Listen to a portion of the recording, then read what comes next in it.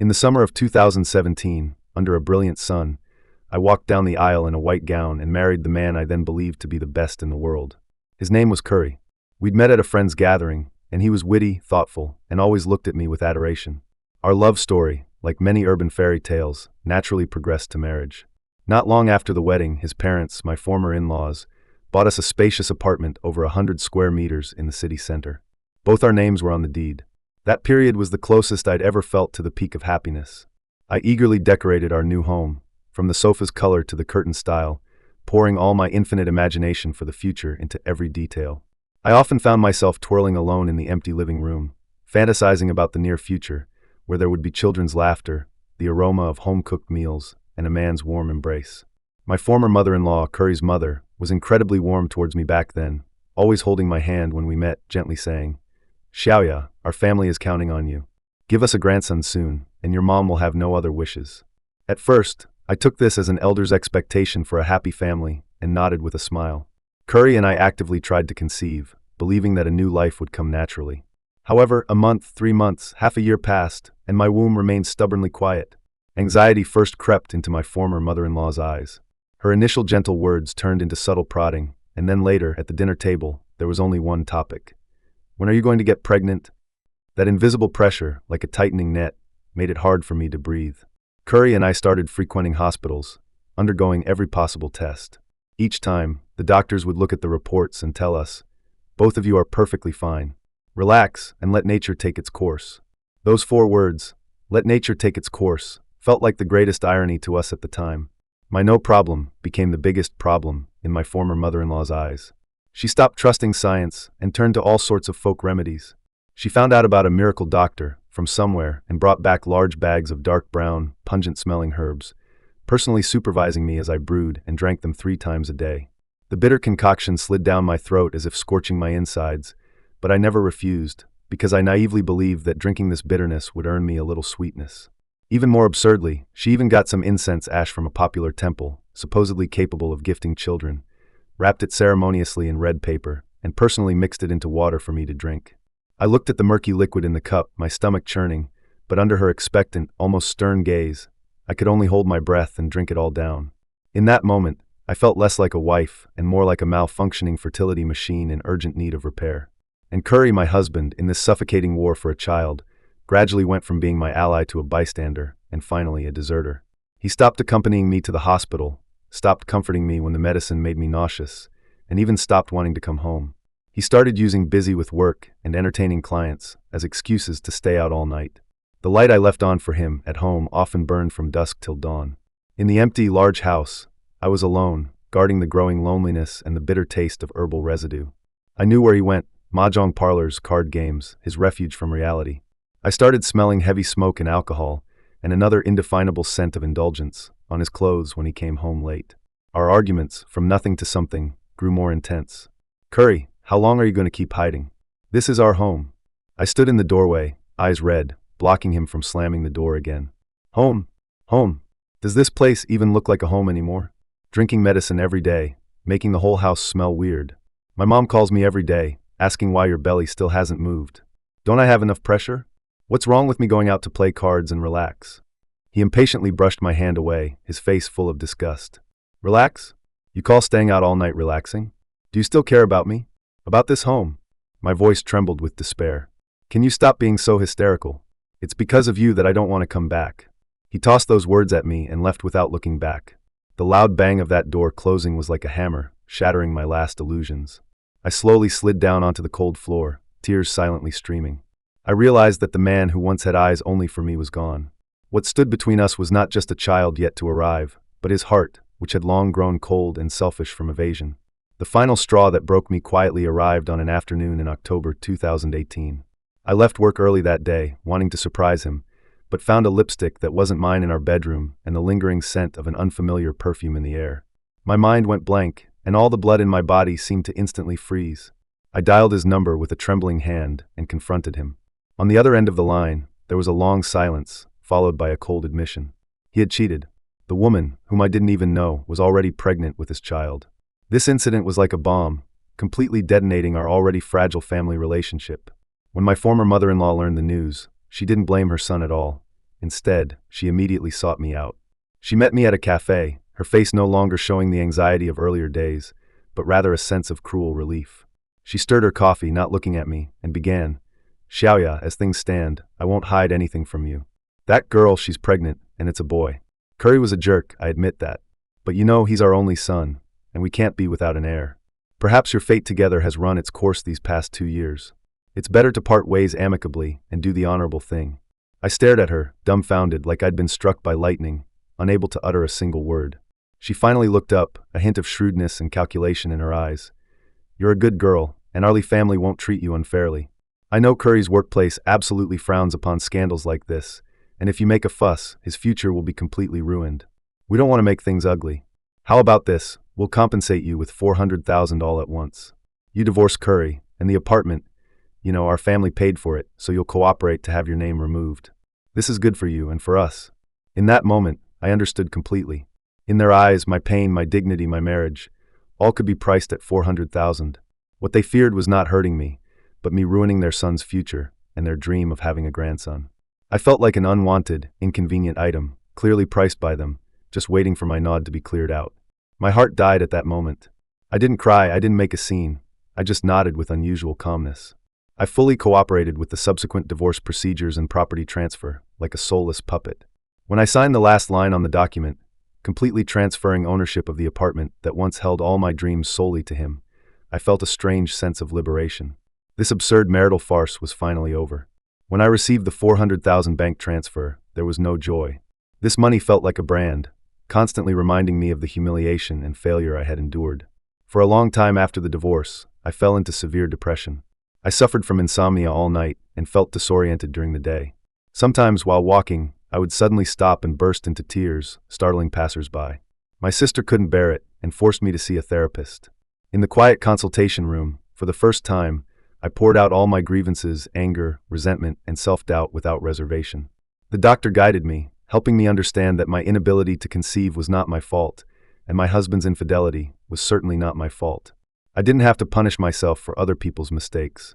However, that unresolved issue of fertility remained like a poisoned thorn deeply embedded in my heart. To get a definitive answer for myself, and to completely break free from the mental shackles that marriage had left on me, I visited the most reputable hospitals in my city and neighboring cities, undergoing the most comprehensive examinations.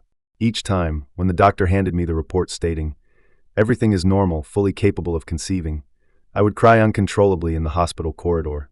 Those were tears of grievance, and also tears of relief.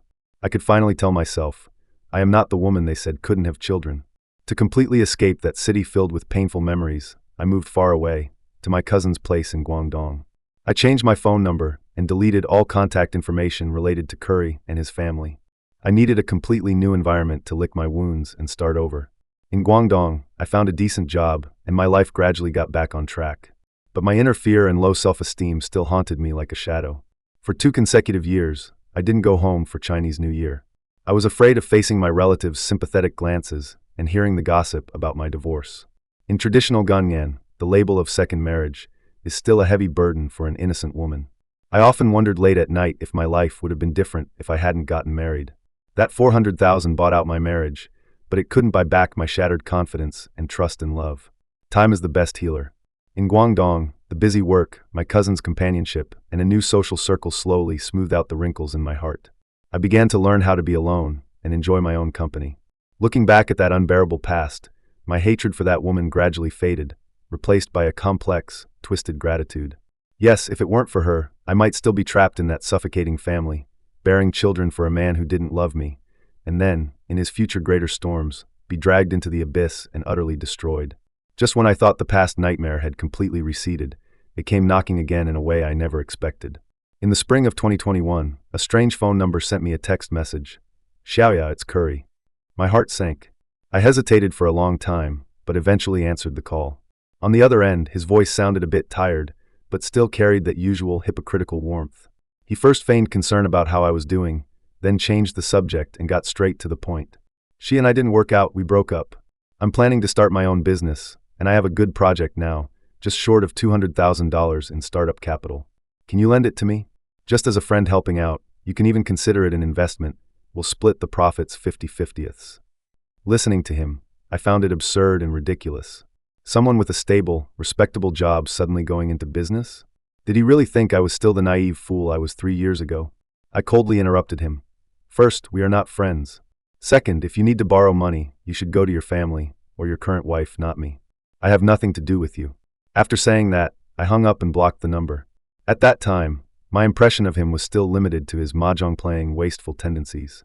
I naively thought he was just selfish, but I never imagined he had already fallen deeper and deeper into another, more terrifying abyss. Time moved to October 2023. A new WhatsApp account requested to add me as a friend, with the verification message, "It's Curry, please don't delete me yet, let me say a few words." By some strange impulse, I accepted. The ensuing conversation unfolded like a bizarre TV drama before my eyes. He told me that he had not only divorced his second wife, but also, due to his obsession with online football betting, had sold both the wedding apartment his parents bought us and another house he later inherited, all to pay off gambling debts. Now, he still owed over $1 million and was at his wit's end. My parents' last retirement home is also currently listed for sale. Xiaoya, I beg you, for the sake of our past as husband and wife, please lend me $300,000 first, so I can pay off the most urgent high-interest loans. I'll write you an IOU. When the house sells, I'll pay you back double. No, I'll pay you back with the highest interest. As long as I can keep this job, I'll have a chance to turn things around. His texts were filled with pleading and despair. Looking at those humble words on the screen, my heart was a mix of emotions. To be honest, I wavered for a moment. Not because of old feelings, but a complex feeling of melancholy at seeing someone who had once hurt me fall into such a predicament. But reason quickly triumphed over that brief hesitation. I remembered how he had abandoned me when I was in the most pain, how his family had humiliated me with money. When they heartlessly pushed me away back then, did they ever imagine this day would come? I replied, "Your problems have nothing to do with me. If you knew this would happen, why did you do it in the first place?" Then I blocked him completely again. To verify what he said, and to fully put my mind at ease, I managed to contact a mutual friend from his former workplace. On the phone, the friend sighed and told me that Curry had indeed changed, having borrowed money from every colleague he knew. He himself had lent Curry 70 or 80,000, which had not yet been repaid. He only knew Curry had financial problems, but didn't know the root cause was gambling. I didn't reveal it, because I didn't want any more involvement with that mess. After hanging up, I immediately made a decision. I pulled out my contacts and called and messaged every relative and friend who might have contact with Curry, solemnly informing them, "My ex-husband Curry is now a complete gambler and has lost everything. If he contacts you to borrow money, no matter how elaborate his story or how tempting the interest rate, do not give him a single cent." I had to build a firewall to protect those around me and completely cut off any possible avenues for him to drag me into his problems. Just as I was finishing up dealing with these messes from the past, my life finally saw true sunshine. In 2024, I met my current husband. He is a gentle, down-to-earth man. He knows all about my past, and far from minding it, he has given me double the love and respect. We got married. The wedding was simple and warm. A few months later, I found out I was pregnant. When I held the pregnancy test and saw those 2 clear red lines, I couldn't control myself anymore. I hugged my husband, crying tears of joy. The nightmare that had haunted me for years, almost destroying me, finally vanished in that moment. I could finally proudly prove that I am a healthy, whole woman. I increasingly believe that fate sometimes takes things from you in an almost cruel way, but it's often to protect you, to help you avoid a disaster that you couldn't have foreseen at the time, one that could have ruined your life. This year, after Chinese New Year, just as I was immersed in the joy of becoming a new mother, a strange call came to my mother's phone. On the other end, it was my former mother-in-law, whom I hadn't seen in a long time. Her voice was old and desperate, crying so hard she could barely breathe over the phone. She said that Curry was in trouble. He was about to be arrested and go to jail for fraud. He had scammed several friends, totaling over $500,000. The victims had now collectively reported him to the police, and a case had been opened. The lawyer said that to argue for probation, they would need to first pay back at least $300,000 to get the victim's understanding. Only then would there be room for negotiation. She cried, "Xiaoya's mom, I know we treated Xiaoya badly before. But back then, we did give her $400,000, didn't we? Now Curry is truly ruined. Please persuade Xiaoya. Just pity us 2 old people. Lend us $300,000 for an emergency. Our whole family will work like oxen and horses to repay this kindness." My mother, upon hearing this, trembled with rage. She roared into the phone, "Now you're asking for help? When you looked down on my daughter and dismissed her like trash with money, did you ever think this day would come? That $400,000 was what my daughter deserved. Our family has absolutely nothing to do with yours anymore." With that, she slammed down the phone. Later, I heard that Curry's 3 houses combined were worth at least 5 or 6 million. To lose such a solid family fortune completely, and still owe massive gambling debts, even resorting to the criminal path of fraud, I can't imagine how many nights he lost at the gambling table, how many astronomical sums he squandered. I guess the money he lost could be close to 10 million. The current outcome is, my former in-laws are utterly destitute, with no one to rely on in their old age.